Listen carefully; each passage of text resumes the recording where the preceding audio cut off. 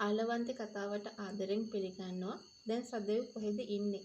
ඒ වගේම සදෙව් ඉන්නේ සහන් ළඟ කියලා තමයි ගොඩාක් වෙලාවට පොලිසියනුත් හොයාගෙන තියෙන්නේ. සහන් කියලා කියන්නේ කවුද කියන එක ඔයා දන්නවනේ. ඒ තමයි ඔය තේමියන්ගේ නෝනට දරුවෙක් ඉන්නේ සහන්ගේ. ඉතින් මෙතු කියන්නේ සහන්ගේ දරුවා කියලා තමයි සහන් නිතරම ඇවිල්ලා මෙතුත් එක්ක රණ්ඩු වෙන්න පටන්ගෙන තියෙන්නේ. ඒ රණ්ඩු වෙනවා විතරක් නෙමෙයි ගොඩාක් වෙලාවට මෙතුව DNA ටෙස්ට් එකක් කරලා හරි ඔන්න තමන්ගේ කරගන්න මේ වෙද්දි ලොකු ආයාසයක් දරාගෙන ඉන්නවා කියන ඒ කතාව ගැන තමයි අද මම මේ වෙලාවේ ඔයත් එක්ක කතා කරන්නටත් සූදානමක් හදාගෙන හිටියේ. කොහොම හරි තව දෙයක් අපිට මතක් කරන්නට මේ වෙලාවේ අවශ්‍ය කාරණාවක් තියෙනවා කියන ඒ කාරණාව ගැන මට ඔයත් එක්ක මේ මොහොතේදී කතා කරගන්න ඉඩක් හදලා දීලා තියෙනවා කියන ඒ කතාව ගැන තමයි මං හොඳින්ම ඔයාලට මතක් කරන්නට සූදානමකුත් ඇති කරගෙන ඉන්නේ. ඒ විශේෂත්වය අපිට මේ වෙලාවේ කතා කරගන්න පුළුවන්කමක් ලැබෙනවා කියන ඒ කතාව ගැන තමයි අද දවසේදී අපිට කතා කරන්න පුළුවන්කම තියෙන්නේ. සදෙව් නැවත වතාවක් මතුවෙලා.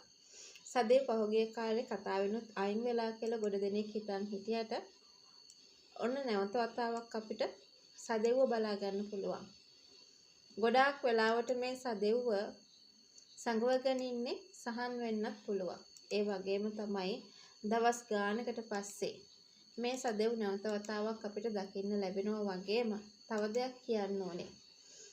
ඒ තමයි සදෙව්ට දැන් ඇඟ දුර්වල වෙලා අසනීප තත්ත්වයක් තියෙනවා. ඉතින් සදෙව් පහුගිය කාලෙම සැඟවිලි ඉන්න කටයුතු කළා කියන එක ගැනත් ඔයාලට හොඳ අවබෝධයක් තියෙනවා කියන ඒ කාරණාව ගැන අපිට මේ වෙලාවේ කතා කරන්න ඉඩක් තියාගන්න පුළුවන් වෙලා තියෙනවා කියන ඒ කතාව ගැන තමයි අපි මේ වෙලාවේ කතා කරන්න අවස්ථාවකුත් තියාගෙන ඉන්න ඕනේ. ඒක හරිම විශේෂ දෙයක් විදියට මට මේ වෙලාවේ පෙන්වලා දෙන්නත් පුළුවන් වෙනවා කියන ඒ කාරණාව ගැන තමයි මම මේ වෙලාවේ කතා කරන්නට පුළුවන්කමක් තියාගන්නේ. ඉතින් කොහොම වුණත් සදෙව් මේ විදිහට අසනීප වෙලා ඉන්නේ මෙතුව ගැන හිතලම තමයි.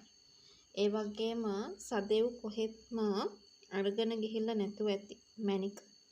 ඒ වගේම ওই තේමිය මුලින්දම මේක දන්නවා. ওই මැනික තව කීප දෙනෙක්ගෙන් ආරක්ෂා කරගන්න උවමනාවක් තිබුණු නිසා මේ වගේ බොරුවක් කළා වෙන්න ඇති.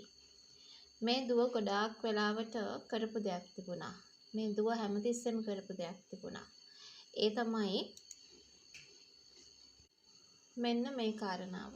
ඒ තමයි තේමියගෙන් අහනවා ඇත්තටම සදෙව් මේ මැනික අරගෙන ගියාද කියන එක ගැන. තාත්තට ඉතින් කට උත්තරත් නැති වෙනවා කියන කාරණය තමයි මේ වෙලාවට අපිට කතා කරන්න පුළුවන්කම තියෙන්නේ. ඉතින් කොහොම වුණත් ඉදිරියට සදෙව් ගැන පොලිසියේ උපයකටම තමයි විස්තරයක් හරියටම දැනගන්න පුළුවන්කම ලැබෙන්නේ. ඒ වගේම සදෙව්ගේ අසනීප තත්ත්වය ගැන දැනගත්තට පස්සේ විශේෂයෙන්ම සදෙව්ට ටිකක් අමාරු අසනීපයක් තියෙනවා. ඒ කියන්නේ පහුගිය කාලේ වෙච්ච දේවලුත් එක්ක තමයි මේ විදිහට සිදු වෙලා තියෙන්නේ. ඉතින් කොහොම හරි දැන් සදෙව් ඉන්නේ